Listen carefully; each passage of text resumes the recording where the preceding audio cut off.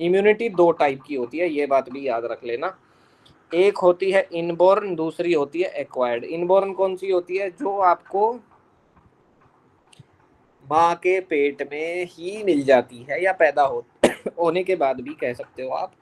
मतलब जो वंशानुगत आपको मिलती है उस इम्यूनिटी को क्या बोलते हैं? Inborn immunity. ठीक है, जो आपके जीन्स में होती है। बात समझ गए? जो इम्यूनिटी आपके जीन्स में होती है उसको क्या बोलते हैं? Inborn immunity. और जो इम्यूनिटी आपको बाद में दी जाती है, पैदा होने के बाद जबरदस्ती आपके शरीर में दी जाती है, उसको बोलते हैं एक्वायर्ड इम्यूनिटी। तो एक्वायर्ड इम्यूनिटी कैसे मिल जाती है भाई? पैदा होने के बाद पोलियो का ड्रॉप किस किसने पिया?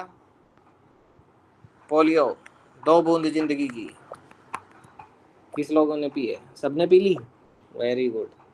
तो भाई देखो, ऐसा होता है कि ये मैं आपको बता रहा था एक्वायर्ड इम्यूनिटी। तो एक्वायर्ड इम्यूनिटी में क्या बोला हमने कि बाद में जो हमारे इंजेक्शन लगते हैं या आर्टिफिशियली मेडिकल इंटरवेंशन के द्वारा जो हमें इम्यूनिटी मिलती है, उससे होता क्या है ना कि हाँ, बचपन की यादें ताज़ा हो गई है भाई साहब, बिल्कुल।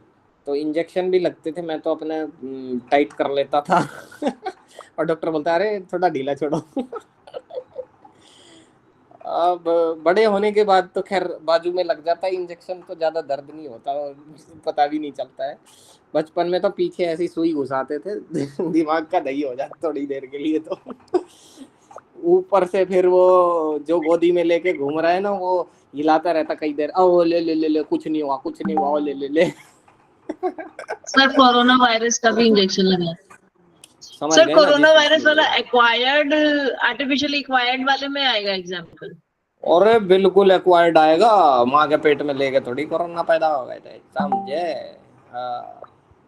तो जो जो चीजें आपको पैदा होने के बाद मिलती हैं उन सबको कहते हैं एक्वायर्ड इम्यूनिटी। और बेसिकली ये इम्यूनिटी में होता क्या है ये भी बता देते हैं।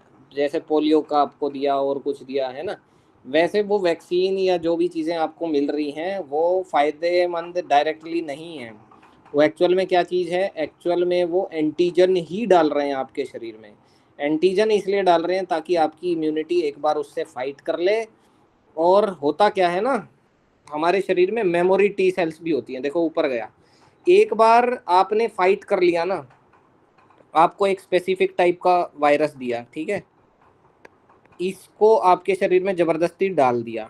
डालने के बाद क्या हुआ? आपके शरीर में इसके प्रति क्या बन गए? एंटीबॉडी बन गए। ठीक है, क्या बन गए? एंटीबॉडी बन गए। तो एक बार एंटीबॉडी बना लिए ना आपके शरीर में, अब ये हमेशा याद रखेगा कि आगे से जब भी इस टाइप का कोई एंटीजन आ जाए तो उसकी एंटीबॉडी मेरे पास है, मैंने बना लिया, मैंने सीख लिया, मेरे पास तकनीक है। ठीक है, तो शरीर आपका याद रखता है, इसलिए आप दोबारा कभी भी लाइफ में फाइट कर पाते हो। और यही चीज़ ना बाद में नहीं होती है, बचपन में ठीक है, बचपन में आपने क्योंकि इम्यून सिस्टम पे बहुत काम हो रहा होता है उस समय, है ना। बाद में क्या होता है, मैच्योरिटी आ जाती है तो वो बात नहीं बन पाती है। इसीलिए अब आप ये देखो तो उसमें क्या रहते हैं? एंटीजन रहते हैं, मतलब नुकसान करने वाली ही चीज़ रहती है। बट वो किस लिए रहती है? ताकि हमारी शरीर जो है एंटीबॉडी बना ले। और जैसे ही एंटीबॉडीज आपके शरीर में प्रोड्यूस हो गई, फिर वो याद रखती हैं कि इस टाइप की चीज़ आ सकती है कभी भी लाइफ में, तो उससे फाइट करना है। ठीक है, तो मेमोरी वाली बात मैं कर रहा था ना, ये रहा। देखो हमारे शरीर में जो डिफेंस सिस्टम है उसके अंदर कौन सी सेल होती है? मेमोरी टी सेल भी होती हैं। इनका काम क्या है? ये life time persist sometime for life time हमारे शरीर में रहती हैं और प्रोटेक्ट करती हैं इन केस ऑफ री इन्फेक्शन। सबको समझ में आया ये बात? मेमोरी टी सेल का काम क्या है कि एक बार इन्फेक्शन हो गया दोबारा नहीं होने देना। दोबारा के लिए आप फिर मतलब तैयार हो जाते हो। बात समझ गए? दोबारा आएगा तो मेमोरी सेल्स को पता है, अरे ये वही कमीना है, पकड़ो इसको मारो समझ गए? हाँ, पहचान कर लेता है ये, दुश्मन की पहचान कर लेता है मेमोरी टी सेल्स, समझ गए? हाँ, इसलिए बचपन में जब आप वो इंजेक्शन वगैरह कुछ लगवाते हो या आपको इम्यूनिटी दी जाती है तो उस समय 1-2 दिन के लिए आपको कोल्ड फीवर फलाना दिन का कुछ हो भी सकता है। ठीक है, क्योंकि आपकी बॉडी उसके लिए तैयार हो रही होती है, इम्यूनिटी अपनी स्ट्रॉन्ग कर रही होती है। समझ में आया सबको?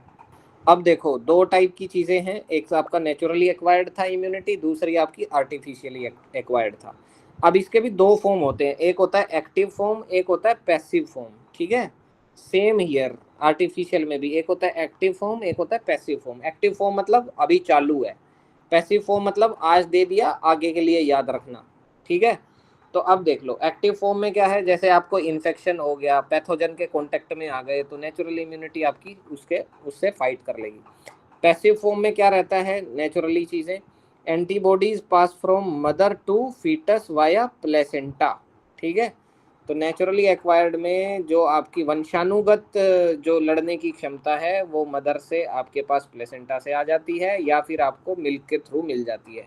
इसमें दोनों चीजें बता दीजिए भाई मुझे, ऊपर वाली क्या है और नीचे वाली क्या है एंटीबॉडीज, जल्दी बताओ। सर सर आईजी मेडिकल का कौन? आईजीजी ठीक है, आईजीजी।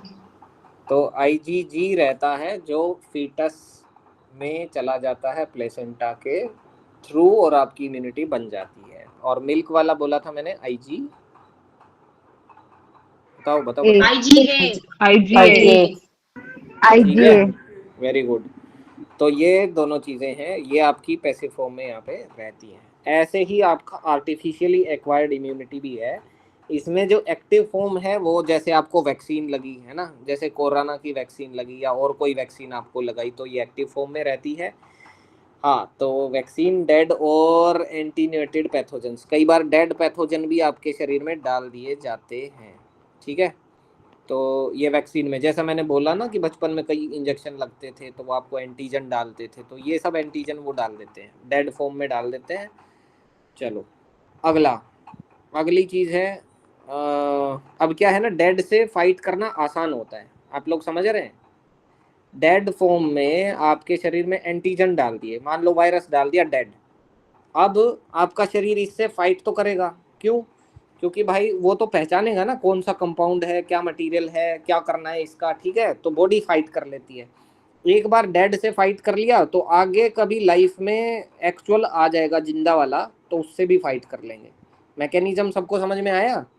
सर लेकिन क्या बॉडी हमेशा से पहचान लेगी? ऐसा हो सकता है कि कहीं कहीं फेल भी हो जाए सिस्टम ये वाला? फेल भी हो सकता है यार, फेल्योर तो हर जगह है, फेल्योर तो कोई ऐसी बात नहीं है, फेल्योर तो हो ही सकता है, इसमें क्या ही दिक्कत है, समझ गए। वैसे तो मतलब नॉर्मली पहचान लेती है इसीलिए वैक्सीन लगती है।